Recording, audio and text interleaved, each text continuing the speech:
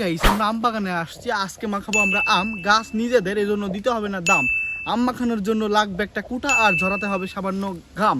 তো আমরা এখন আম মাখাবো, কাঁচা আম পারবো, সেগুলোকে মাখাবো আর আপনাদের দেখানোর চেষ্টা করবো। Let's go. আম মাখানোর জন্য এই যে কুটা নিয়ে আসছি, কুটাটা বেশি বড় না, কুটাটা আমার সমানই, গাছও বেশি উপরে না, যে পিছনে দেখতে পাচ্ছেন ওটা, ওইখানে আম গাছ। তো এই কুটা দিয়ে আমরা 2-3টা আম, মানে আমের সাইজ যখন বড় হয়েছে তো 2-3টা আম পারলেই আশা করি হবে। দেখতে পাচ্ছেন আমের সাইজ এটা বেশি বড় হয় না, এগুলো সম্ভবত রূপালী আম। আর গাছ একদম নিচে, এই যে নিচ থেকে মানে যে কেউ, ওই যে আমার ক্যামেরাম্যান দেখতে পাচ্ছেন কত ছোট, ও কিন্তু নিচ থেকে দাঁড়ায় শিখতে পারে। আর এই গাছে আম ধরার কথা ছিল কিন্তু ধরেছিল, ঝড়ের কারণে আমগুলো সব পড়ে গিয়েছে, এই জন্য আমরা ওই গাছ থেকে পারবো। এই কুটা দিয়ে, এই যে কুটা দিয়ে ওই গাছ থেকে কিছু আম পারবো।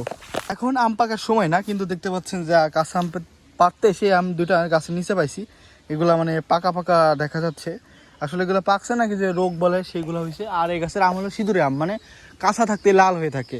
এই যে এই দুইটা বললাম, আর এটা হলো গাব, এই গাবটা আমের মতো দেখা যাচ্ছে। তার মানে আমটা পেয়েছি, দেখি আসলে এই আমটা পেকেছে নাকি কোনো কি যেন বলে, কোনো রোগ ব্যাধির কারণে এমন হয়ে গিয়েছে।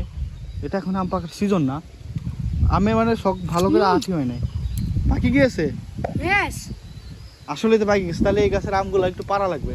আমরা আমগুলো পোকার কারণে আমরা কাঁচা আমগুলো আচার দিই, এগুলো খাওয়া হয় না কখনো, যেহেতু এগুলো পেকে গিয়েছে তো এগুলো দেখি রাখার ট্রাই করবো। আসলে আমটা অনেক টেস্টি খেতে, সুস্বাদু। আসলে আমাদের গাছের খাঁটি আম, এখানে কোনো কীটনাশক কিছু দেওয়া হয় নাই, এই জন্য এগুলো খেতে খুবই দারুণ লাগে এবং খুব টেস্ট অনেক। আমগুলো যে দেখতে পাচ্ছেন বাদরে খেয়ে খেয়ে, মানে বাদরে খেয়ে খেয়ে ফেলাই দিচ্ছে না, যদিও ধরা ঠিক না, এগুলো হয়তো পয়জন ব্যাকটেরিয়া কিছু লেগে থাকতে পারে, এই জন্য এগুলো আমরা ধরবো না।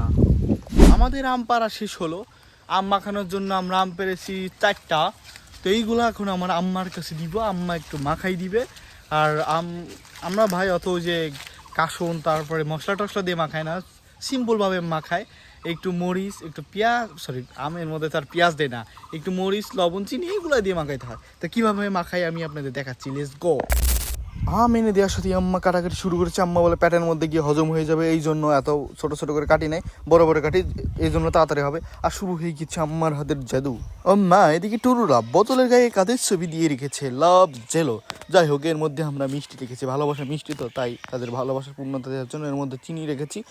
আম্মাকে মিষ্টি করার জন্য একটু বেশি পরিমাণ মরিচ দেওয়া হচ্ছে, কারণ মরিচ যত দিবা আম্মাকে তত মিষ্টি হবে। লবণের বয়াম খালি থাকার জন্য চিনি দিয়ে লবণের শূন্য স্থান পূরণ করলাম। আম্মাকে সুস্বাদু করার জন্য আমরা লবণের স্থানে চিনি দিয়েছি এবং এটাকে মিষ্টি করার জন্য বেশি করে আমরা মরিচের ডেট বুটি দিয়েছি। হঠাৎ করে আমরা পেয়ে গেলাম, জি হ্যাঁ ঠিকই শুনেছেন, এটাই হচ্ছে ঘোড়ার ডিম। তার ঘোড়ার ডিম বলে গালি দেয়, তাদেরকে এটা নিয়ে দেখান যে এটাই হচ্ছে ঘোড়ার ডিম।